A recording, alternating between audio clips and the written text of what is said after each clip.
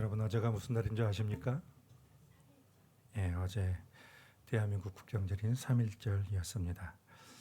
지금으로부터 106년 전인 1919년 3월 1일에 일본 제국의 식민 지배의 항거에서 독립을 선언한 것을 기념하는 그런 날입니다. 이날 민족 대표 29명이 오후 2시에 서울 종로 태화관에서 모여서 독립선언문을 낭독했습니다. 같은 시간에 탑골공원에 모인 학생들과 그 시민들이 선언서를 낭독한 후에 시가행진을 벌이면서 그 운동을 취해 나갔습니다.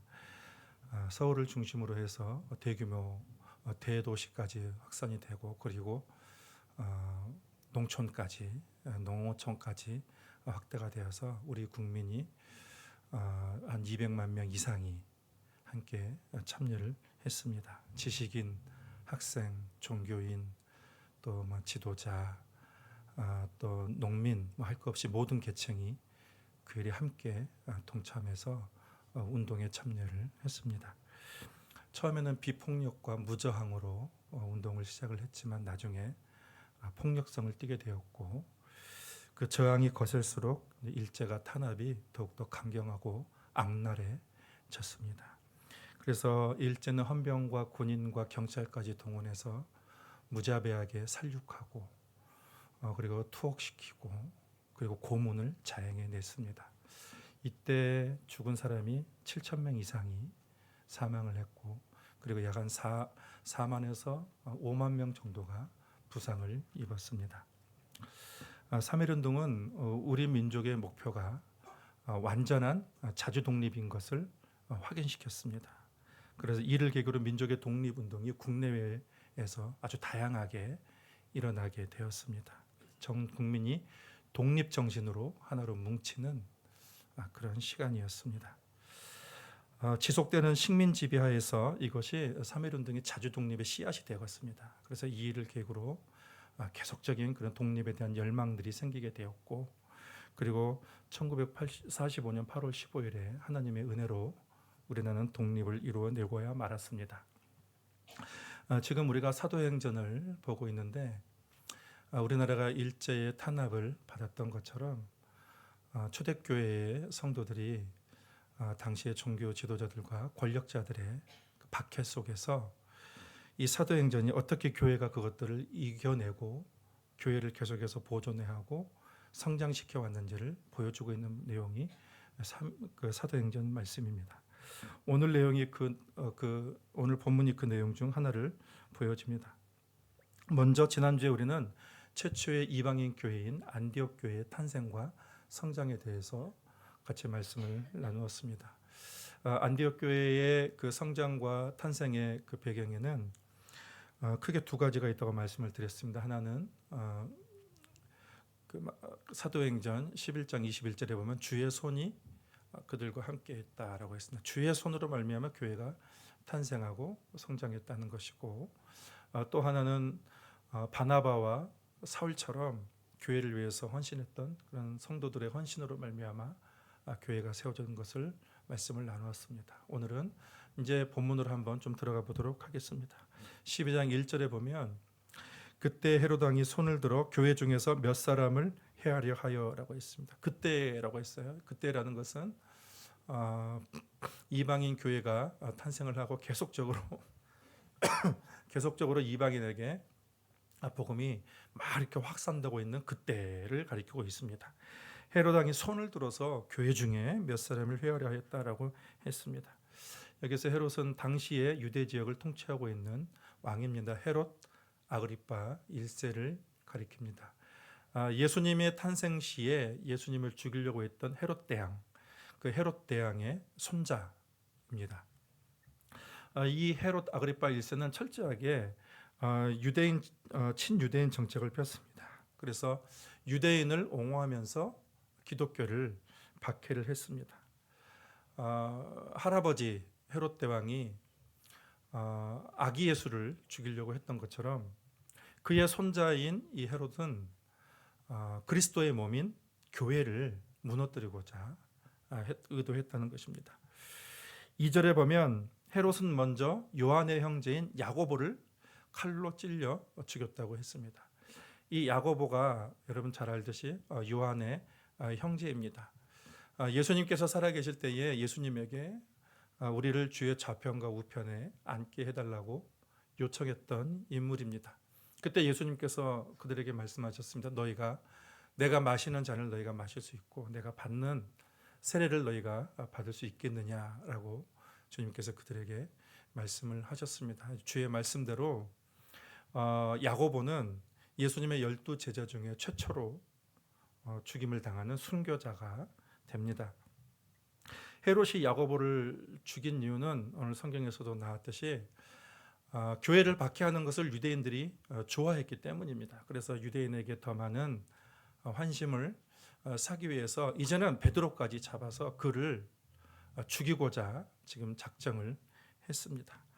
3절과 4절을 보면 유대인들이 이 일을 기뻐하는 것을 보고 베드로도 잡으려 할새 때는 무교절 기간이라 잡음에 옥에 가두어 군인 내식인 내패에게 맡겨 지키고 유월절 후에 백성 앞에 끌어내고자 하더라.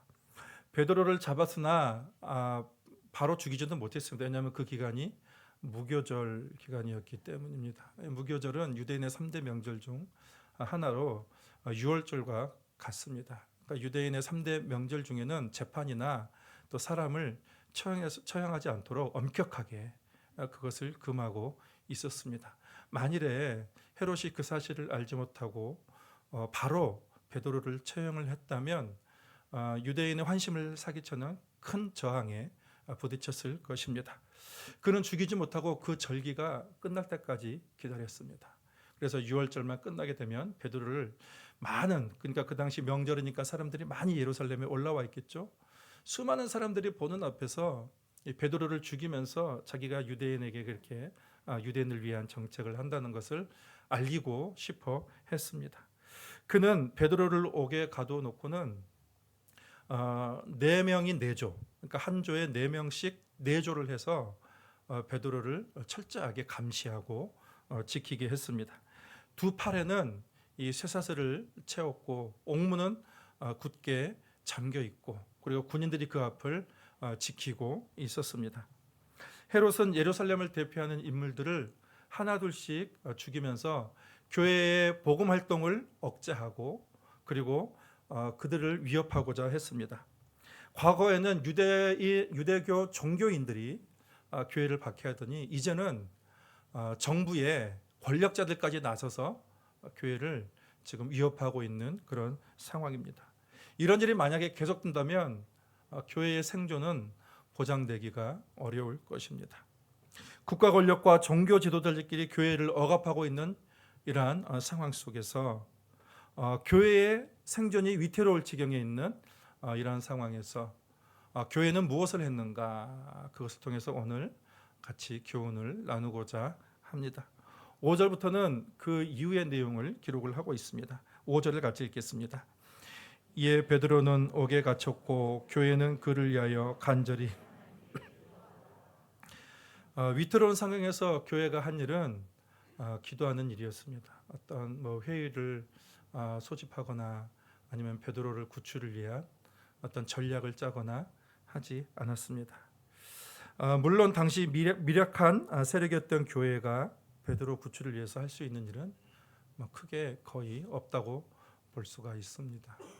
혹시라도 예수 믿는 사람 중에 힘 있는 권력자를 아는 사람이 있어서 그들과 만남을 어떻게 주선해 보고 그렇게 해서 어떤 전략을 세워볼 수도 있었을 수도 있을 것입니다. 그렇지만 오늘 우리에게 전해주고 있는 교회는 기도하는 교회였습니다. 교회는 왜 그러한 절체절명의 위기 순간에 기도를 선택했을까요? 그 이유는 예수님이 기도하라고 당부하셨고 그리고 예수님이 기도하면은 들으시겠다고 약속을 해주셨기 때문입니다. 우리 주님이 당부한 말씀을 한번 좀 잠깐 보도록 하겠습니다. 마태복음 18장 20절에 보면 같이 한번 읽겠습니다.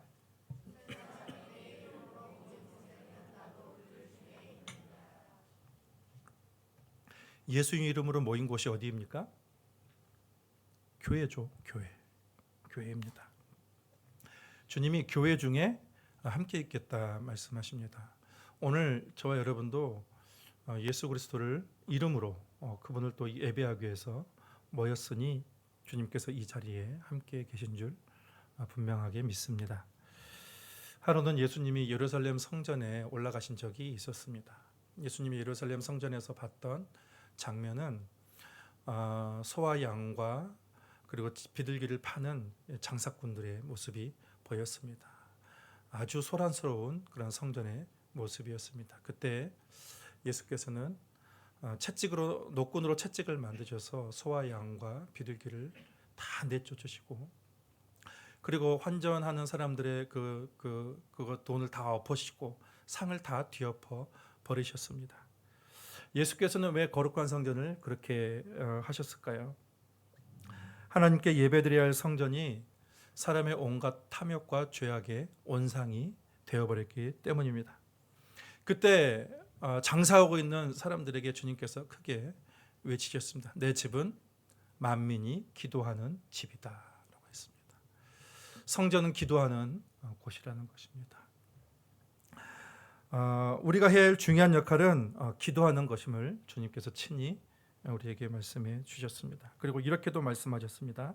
마태복음 7장 7절에 구하라 그리하면 너희에게 주실 것이요 찾으라 그리하면 찾아낼 것이요 문을 두드리라 그리하면 너희에게 열릴 것이니. 주님이 당부한 말씀은 뭡니까? 구하라, 찾으라, 두드리라.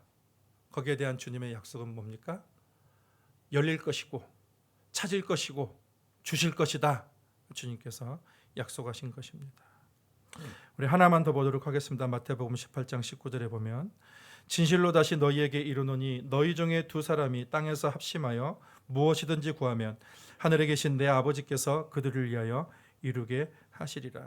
두 사람이 합심하면 이 뭐예요? 교회에서 한 마음으로 기도하면 우리를 위하여 이루게 하시리라라고 약속하셨습니다. 여기서 본문은 5절의 말씀에 보면 기도하되 간절히 지속적으로 기도했다라고 했습니다. 기도하더라라는 것은 미완료 과거형이에요. 그러니까 지속된 상태예요. 베드로가 감옥에 있는 동안 계속해서 그들이 지속적으로 기도했다라는 것이죠. 교회는 이미 두 번씩이나 교회 지도자들이 감옥에 갇힌 경우가 사도행전에서 있었습니다. 사도행전 4장에 보면 베드로와 요한이 부활을 전한다고 해서 사람들이 베드로와 요한을 감옥에 가둔 적이 있었고, 또 그 다음 장인 사도행전 5장에 보면은 대제사장과 사두개인들이 예수님의 제자들을 시기해서 감옥에 가뒀다라고 기록을 하고 있습니다. 그때는 하나님께서 도와주셨어요. 그래서 극적으로 그들이 감옥에서 탈출할 수가 있었습니다. 그런데 지금 또다시 위기에 부딪혔습니다. 더욱이 헤롯은 예루살렘 교회 지도자였던 야고보를 칼로 찔려 죽었습니다. 이것은 그가 지금 작정하고 있다. 교회의 사람들을 죽이기로 작정하고 예사롭지 않음을 교회로 하여금 직감하게 만들었습니다. 이런 때에 교회가 할 수 있는 일은, 유일한 일은 하나님께 간절히 기도하는 것이었습니다. 그들은 하나님이 이전에 사도들을 구출해 주셨던 것처럼 지금도 하나님의 손을 뻗쳐 주셔서 베드로를, 옥에서 메인 베드로를 해방시켜 주시고 그를 구출해 주기를 간절히 기도했습니다. 구세군 창시자의 윌리엄 부스는 간절한 기도란 거기에 생사가 걸린 것처럼 하는 기도다라고 했습니다. 그러니까 모든 기도를 할 때에 뭐 하든지 말든지가 아니라 꼭 해줘야 된다라는 간절한 기도, 이것을 안 해주면 이것이 곧 나의 생명과 달려 있다라는 그러한 마음으로 기도했습니다. 그러니까 교인들은 자기의 문제가 아닌데 베드로의 문제를 곧 자신의 문제로 여기고, 베드로의 갇힘을 꼭 자기가 갇히고 자기가 눌려 있는 것처럼 그렇게 생각을 하면서 이 베드로를 위해서 간절하게 나의 문제처럼 여기고 그렇게 기도를 했다라는 것입니다. 이렇게 기도할 때에 주의 사자가 이 베드로에게 나타났습니다. 베드로의 옆구리를 치면서 일어나라 라고 말하고 있습니다. 동시에 베드로의 손에서 이 묶였던 이 쇠사슬이 하나씩 풀려 나갔습니다. 그러면서 천사가 베드로에게 따라가라고 합니다. 베드로는 이것이 진짜 현실인지를 모르고 이것이 환상인 줄 그렇게 생각했다는 것입니다. 12장 7절에서 10절 좀 길지만 같이 읽겠습니다. 호련히 주의 사자가 나타나매 옥중에 광채가 빛나며 또 베드로의 옆구리를 쳐 깨워 이르되 급히 일어나라 하니 쇠사슬이 그 손에서 벗어지더라.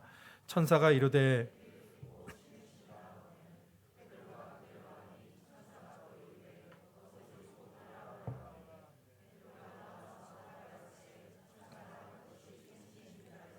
환상을 보는가 하니라. 이에 첫째와 둘째 파수를 지나 시내로 통한 쇠문에 이르니 문이 저절로 열리는지라. 나와서 한 거리를 지나매 천사가 곧 떠나더라.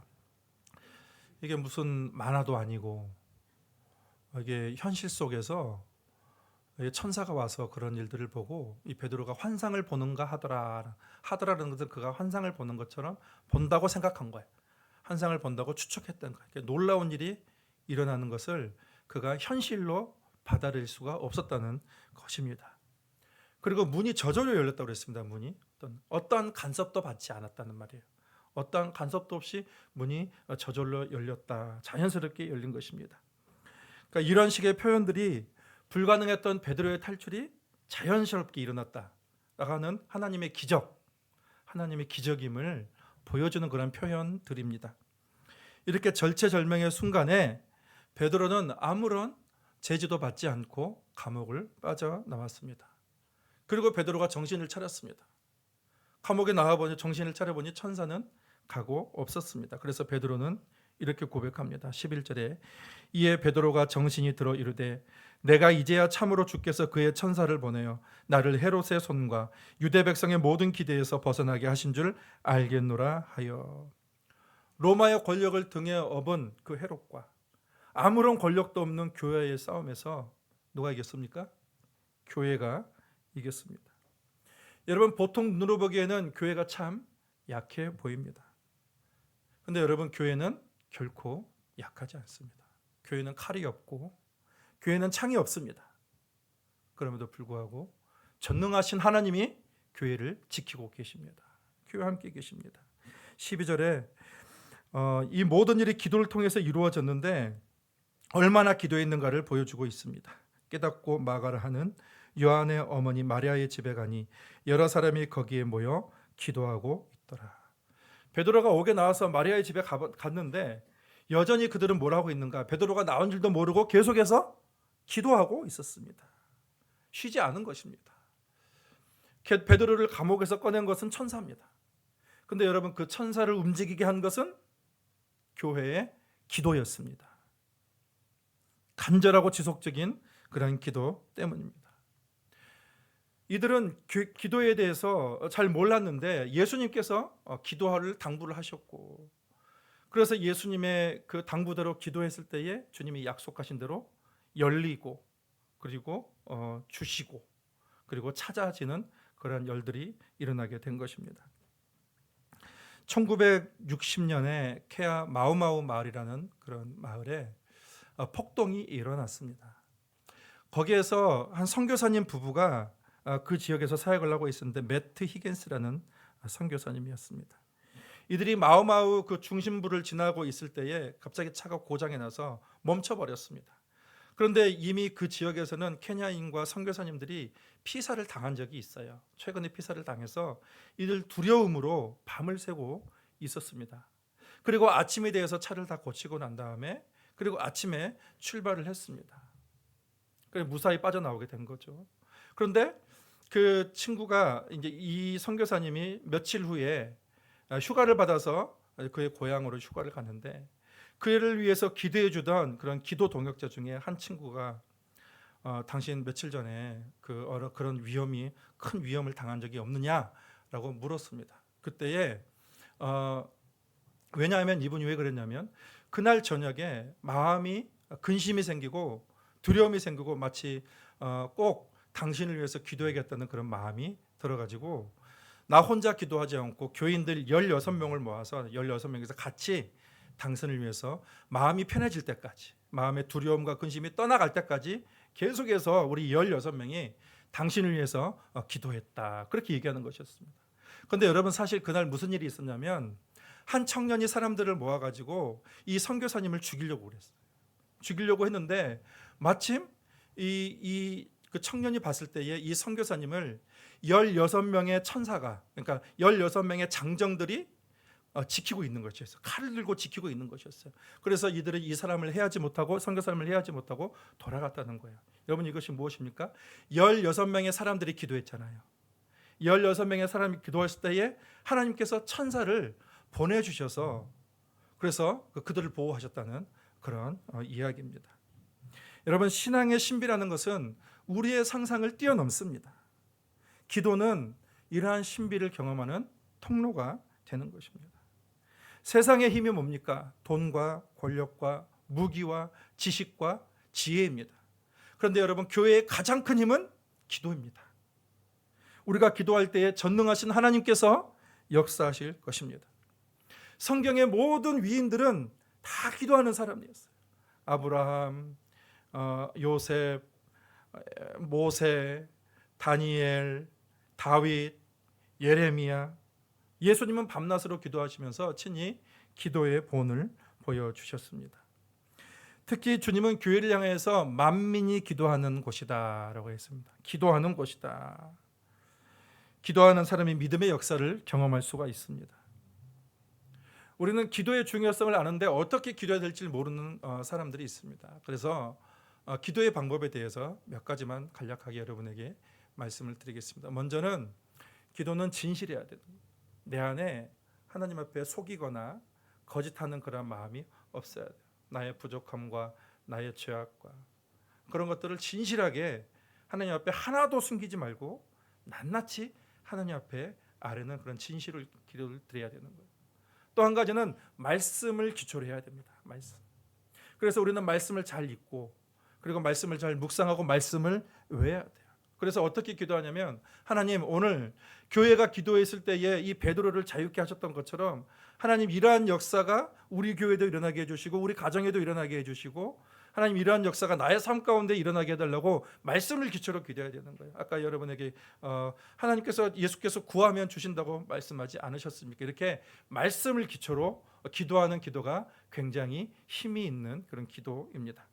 또 하나는 구체적인 내용으로 기도해야 돼요. 두루뭉술하게 기도하는 것이 아니라 하나님은 우리와 인격적인 만남이에요. 그래서 하나님은 우리의 문제 하나하나를 구체적으로 낱낱이 하나님께 아뢰기를 원하시는 것입니다.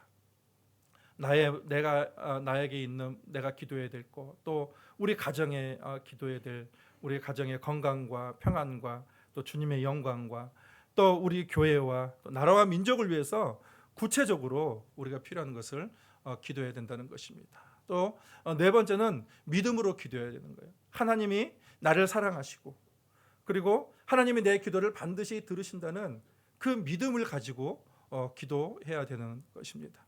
그러니까 우리가 너희가 기도할 때 무엇이든지 기도하는 것은 받은 줄로 믿으라라고 말했던 것처럼 주님께서는 우리가 믿음으로 기도하는 것을 주님께서 기뻐하십니다. 마지막은 꾸준한 기도예요. 꾸준한 기도, 지속적인 그런 기도를 해야 됩니다.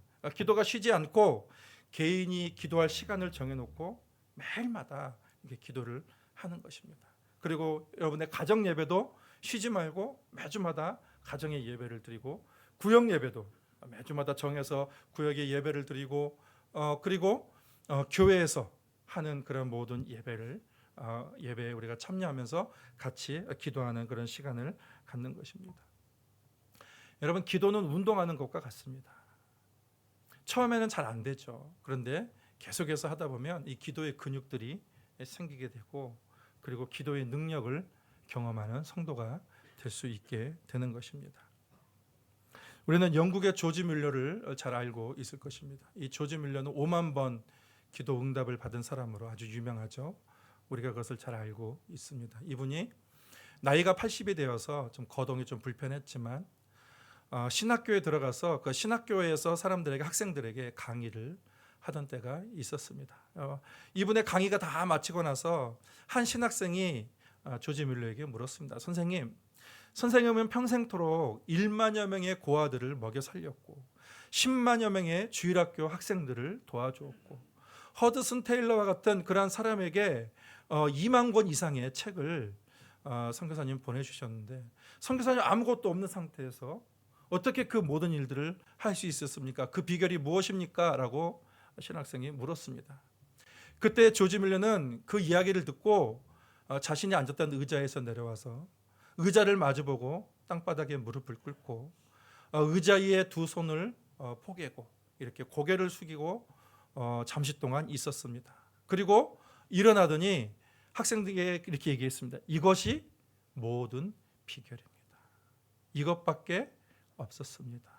라고 그렇게 대답을 했습니다. 여러분, 우리가 일하면 내가 일하는 것이지만 내가 기도하면 하나님께서 일하십니다. 우리 모두 기도의 사람이 되기를 축복합니다. 모여서 우리가 많은 일을 하는 것도 중요하고 여러 가지 말을 하는 것도 중요하지만 무엇보다도 여러분 기도하는 일에 힘쓸 수 있기를 축복합니다. 주의 손이 여러분과 함께 하실 것이고 성령께서 역사하시는 교회와 가정과 삶의 자리가 되실 것입니다. 기도하겠습니다. 하나님 아버지 참 감사합니다. 오늘